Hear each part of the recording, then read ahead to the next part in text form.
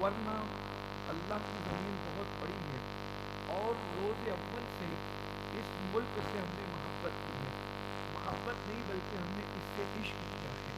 ہم نے اس زمین سے عشق کیا ہے کیونکہ یہ زمین عشق و محبت کی زمین ہے. یہ محبت پیار کی زمین ہے. یہ محبت رواداری کی زمین ہے. یہ محبت الفتوں کی زمین ہے. یہ زمین نکھتوں کی زمین ہے. اس زمین کو اللہ نے بڑی درخیزی عطا کی ہے. یہ زمین حیا کی زمین ہے. یہ زمین جو ہے وہ ایک دوسرے کے ساتھ حسن سلوک کی زمین ہے. اس زمین کو اللہ نے پسند کیا ہے. اس زمین کو اللہ کے رسول نے پسند کیا ہے. میں آپ کو بتاؤں، آپ ہندوستان سے اسلام اور مسلمانوں کا اتنا گہرا تعلق ہے اور اتنا پرانا اور قدیم رشتہ ہے. جب لوگ رشتے کی اہمیت نہیں جانتے تھے اس وقت سے اس زمین سے ہمارا رشتہ ہے.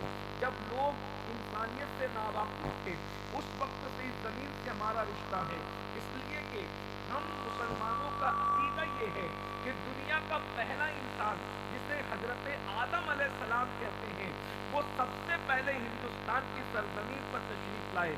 مسلمانوں کے اکثر محققین کا یہ قول ہے کہ ہندوستان کی سرزمین پر پہلا انسان حضرت آدم علیہ السلام کی شکل میں اس زمین پر آیا. جنت سے انسان نکلتا ہے اور ہندوستان میں قدم رکھتا ہے. اس کا مطلب یہ ہے قدرت کا انتخاب جو ہے ہندوستان کی سرزمین ہے. اللہ جہاں چاہتا اس زمین پر آدم کو اتار دیتا، لیکن حضرت آدم علیہ السلام کو اللہ نے ہند کی زمین پہ اتارا. اب یہاں ایک اشارہ دے کر آگے بڑھنا چاہتا ہوں. اہل عشق اس کو یوں کہتے ہیں اس لیے کہ جب کہیں سے سواری چلتی ہے، توجہ کرنا، جب کہیں سے سواری چلتی ہے تو جو سب سے قریب اسٹاپ ہوتا ہے وہاں پہلے مسافر اترتے ہیں. تو جنت سے مسافر چلا اور زمین ہند پہ اترا. اس کا مطلب یہ ہے جنت سے ہندوستان کا رشتہ بڑا قریب کا رشتہ ہے. اللہ کے رسول صلی اللہ علیہ وآلہ وسلم نے ارشاد فرمایا اس لیے کہ جنت میں ہر نمازی جائے یہ ضروری نہیں ہے، جنت میں ہر روزے دار جائے یہ ضروری نہیں ہے، جنت میں ہر حاجی جائے یہ ضروری نہیں ہے، جنت میں ہر عالم جائے یہ ضروری نہیں ہے، جنت میں ہر مفتی جائے یہ ضروری نہیں ہے، مگر جنت میں ہر عاشق رسول جائے گا یہ ضروری ہے. اور حضور فرماتے ہیں ہند سے مجھے اپنے عاشقوں کی خوشبو آتی ہے. اقبال کہتے ہیں میرے عرب کو آئی ٹھنڈی ہوا جہاں سے، میرا وطن وہی ہے، میرا وطن وہی ہے. ہندوستان کی سرزمین حضرت آدم علیہ السلام زمین پر آئے تو سب سے پہلے نور محمدی کی زیارت جس زمین کے ٹکڑے نے کیا، کیونکہ آدم علیہ السلام اپنی پیشانی میں نور محمدی لے کر آئے تھے، تو سب سے پہلے روئے زمین کے جس ٹکڑے نے نور مصطفیٰ کو دیکھا ہے پیشانی آدم نے، وہ ہندوستان کی سرزمین ہے. غور فرمائیے گا. پھر آدم علیہ السلام کی جب توبہ قبول، جب آدم علیہ السلام زمین پہ تشریف لائے تو آپ نے یہاں وحشت دیکھی، اندھیرا اندھیرا دیکھا. تو اندھیرے میں دل نہیں لگتا تھا کیونکہ جنت میں اجالا تھا.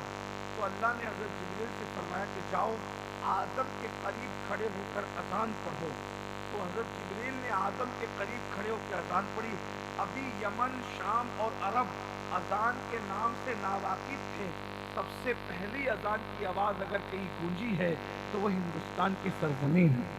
اندازہ فرمائیں یہ ہند کی زمین ہے، ہندوستان کی زمین بڑی قیمتی زمین ہے اور اللہ کی نگاہ میں بھی یہ زمین منتخب ہے، رسول اللہ کی نگاہ میں بھی یہ زمین منتخب ہے. خود اللہ کے رسول علیہ الصلوۃ والتسلیم نے جو ہے اس زمین کی جڑی بوٹیوں کی تعریف فرمائی ہے. اگر سے ان حدیثوں کی جو ہے وہ سند پر اور ان حدیثوں کی جو ہے وہ اسناد پر محققین نے ذوق کا حکم لگایا ہے، لیکن آپ جانتے جو اہل علم ہے کہ فضائل اعمال میں جو ہے وہ ضعیف روایتیں مقبول ہیں. اس اعتبار سے میں اس کو پیش کر رہا ہوں. اللہ کے رسول علیہ السلام کے اقوال بیان کیے جاتے ہیں کہ ہندوستان کی جڑی بوٹیوں میں اللہ نے شفا رکھا ہے.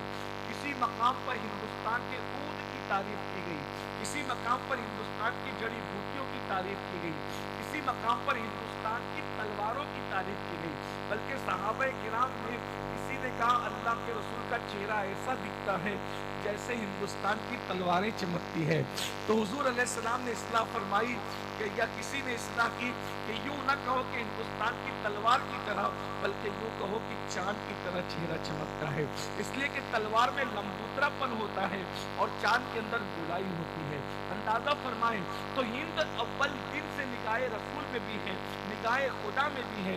इसीलिए 12 से ज्यादा सहाबे किराम के मज़ारात हिंदुस्तान की सरजमीन पर मौजूद है और अंबियाए किराम के मज़ारात भी हिंदुस्तान की सरजमीन पर मौजूद है।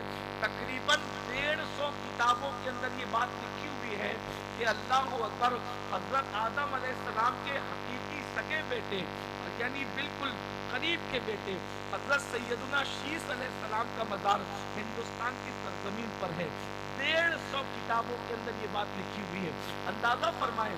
इसी तरह हज़रत मुजद्दिद अल-क़सामी शेख अहमद सरहिंदी रहमतुल्लाह अलैह ने कई अंबियाए किराम के मज़ारात का तज़किरा हिंदुस्तान की सरजमीन पे किया। असहाबे रसूल यहाँ मौजूद है, अंबियाए किराम यहाँ मौजूद है और फिर अल्लाह के रसूल अलैहिस्सलातु व तस्लीम ने हिंदुस्तान के बारे में जो गुफ्तगू फरमाई है, मैं समझता हूँ ये हिंदुस्तान का खुर्रा इम्तियाज़ है।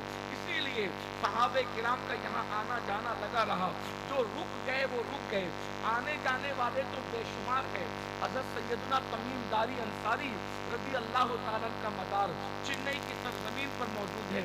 इसी तरीके से हज़रत अब्दुल्ला का किरदार रहमतुल्लाह अलैह का मज़ार देवबंद की सरजमीन पर मौजूद है।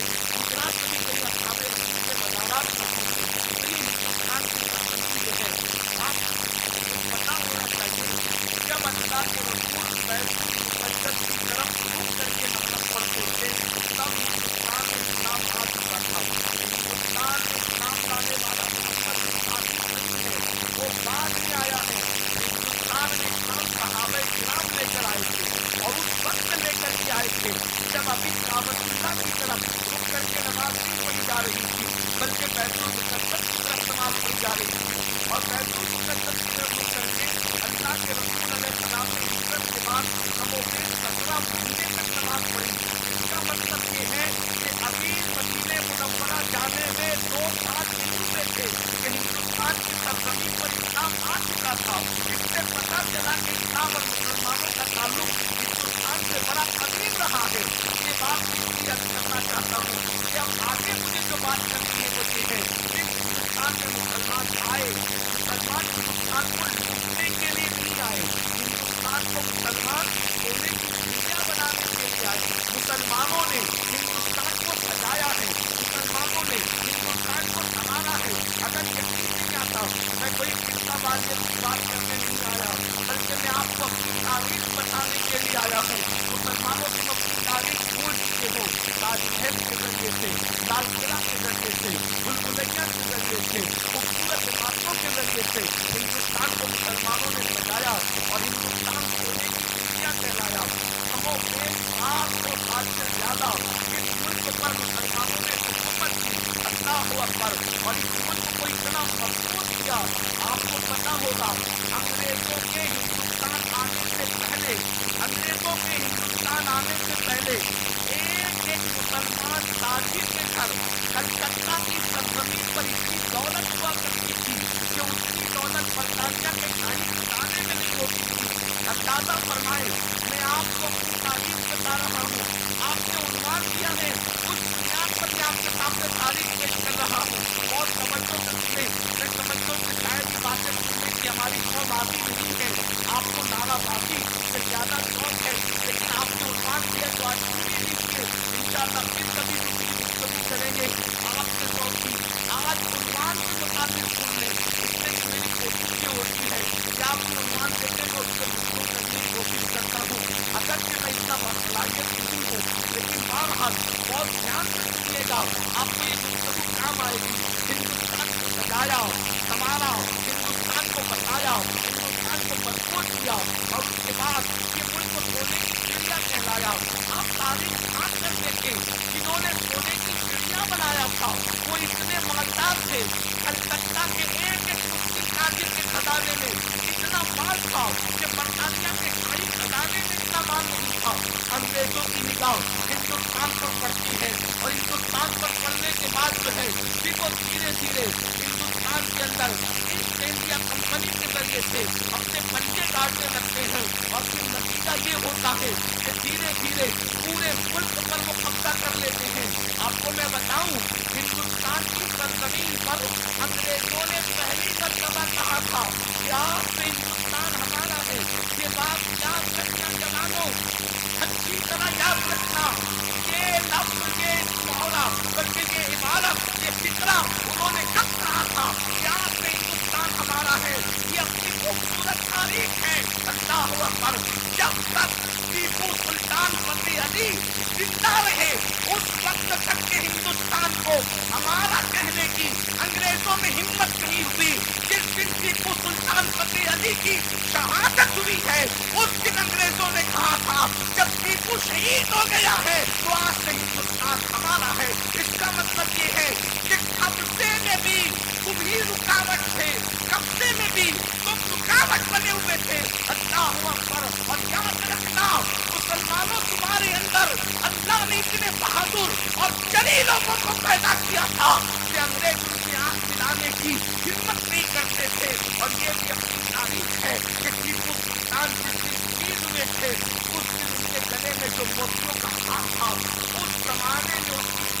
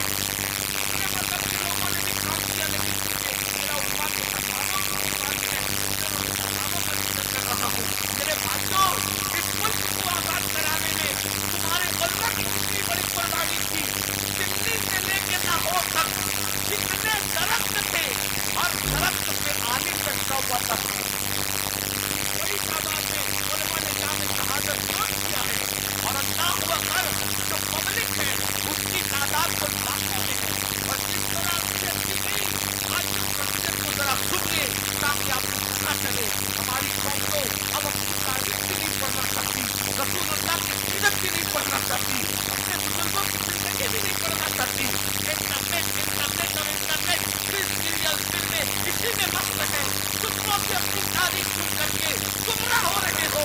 कभी हमसे भी सुनो, अपने बुजुर्गों से सुनो, अपने उलमा से सुनो, अपने तलबा से सुनो। तुम दूसरों से कहा तुमने, औरों से कहा तुमने, औरों से सुना तुमने, कुछ हमसे भी कहा होता, कुछ हमसे भी सुना होता। अपनी तारीफ अपनों से सुनो। तवज्जो से सुनो मेरे भाइयों, अल्लाह अकबर। 1857 के इंकलाब के बाद जब धोखा हुआ और मुसलमानों को शिकस्त होगी, तो अंग्रेजों ने उसका बदला किस तरीके से लिया, किस तरीके से बदला लिया। ये सूअर जमा किया जाता और सूअर जमा करके पूरे कमरों के उसको लीप किया जाता, पूरे कमरे में उसका खून फैला दिया जाता और मुसलमानों को कहा जाता कमान से चाट चाट कर इसके खून को साफ करो, वरना तुम्हें कत्ल कर दिया जाएगा। अल्लाह अकबर। अंदाजा फरमाए जब किसी मुसलमान को जब कमान से वो खून काटना पड़ता होगा तो उसकी रूहानी असलियत का आलम क्या होता होगा, उसकी अंदर असलियत का आलम क्या होता होगा। उसके बाद उसको सूअर के कपड़े में लपेट करके सजा दी जाती थी। ये मुसलमानों ने तकलीफें उठाई है, जायदादें जब्त की जाती थी, बेटियां हड़प कर ली जाती थी, मंसब छीन लिए जाते थे। आपको पता है अल्लामा फजल खैराबादी रहमतुल्लाह ताला अलैह को अंडमान की सरजमीन पर काला पानी की सजा भुगतने के लिए भेज दिया गया। अल्लाह अकबर। बहादुर का जफर, ये कमल खानदान का आखिरी मजदूर शराब। अल्लाह अकबर। ये बादशाह जफर कौन है पता है? कोई मामूली आदमी नहीं है। ये इतना पढ़ा लिखा था कि अल्लामा फजल खैराबादी के साथ बैठने वाला आदमी था, गालिब के साथ बैठने वाला आदमी था, मुफ्ती तजुद्दीन आफ्रीका के साथ बैठने वाला आदमी था। आजकल तो लोगों के पास दौलत आती है तो उनको यातना पूछती है, उनको जो है वो माज़अल्लाह गुनाह पूछते हैं, गुनाहों से अन्य पूछते हैं। लेकिन अल्लाह अल्लाह मुगल खानदान का आखिरी चक्कर हम जिसे कहते हैं हजरत बहादुर का जफर इतना पढ़ा लिखा आदमी था कि फजल खैराबादी की शायरी और कलम में और बहादुर शाह के कलम में आपको फर्क नजर नहीं आता। मैं बताऊं आपको, अल्लाह अकबर। अगर गालिब की शायरी को देखें और बहादुर का जफर की शायरी को देखें, फर्क नजर नहीं आता। लेकिन फिक्र क्या है, आज मालदारों को किसी के खूबसूरत गानों से प्यार है, किसी की जुल्फों से प्यार है, किसी के बदन से प्यार है, किसी के रुखसार से प्यार है। आओ हिंदुस्तान के गैर मुल्क हिंदुस्तान के बादशाह की फिक्र देखो। एक कलाम में उनका पेश करता हूँ, आपको अंदाजा होगा, थोड़ा जमा मौजूद है, मशहूर होंगे। उसने कहा था और उसका यकीन कितना है, इल्मी पुख्तगी कितनी है, तखय्युलात की बुलंदी कितनी है। बहादुर का जफर कहते हैं अल्लाह अकबर। आंधियां